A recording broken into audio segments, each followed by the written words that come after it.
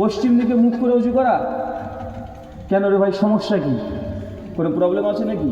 আগে শুনো, যেহেতু গ্রামবাসী মাসে এই পশ্চিম দিকে মুখ করে মানে পা দিয়ে শুতে হয় না, ঘুমাতে হয় না, ছিল না? পশ্চিম দিকে মুখ করে পা দিয়ে কী করতে হয় না, ঘুমাতে হয় না। শোনেন, হাদিসে দুটো জিনিস খাস করা হয়েছে, সেই বুখারী মুসলিম একাধিক হাদিস দ্বারা প্রমাণিত। এক, কিবলার দিকে, পশ্চিম দিক না, কিবলার দিক।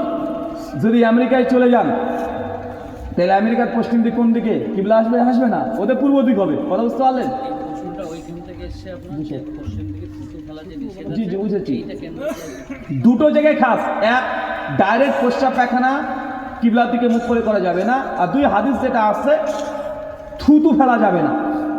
এই দুটো, এটা নিয়েও ফুকাহাগণ একাধিক মতামত দিয়েছেন।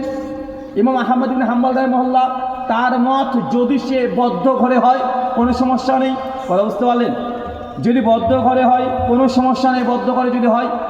শাফি মালিক কি বলছে, না, বদ্ধ ঘরে হলেও কিবলার দিকে মুখ অথবা পেছনে করা উচিত নয়। সালাফিদের, জুমহুরদের ফতোয়া হচ্ছে এটাই, যেটা থেকে বেঁচে থাকবেন। কথা বুঝতে পারলেন? এটা থেকে বেঁচে থাকবেন।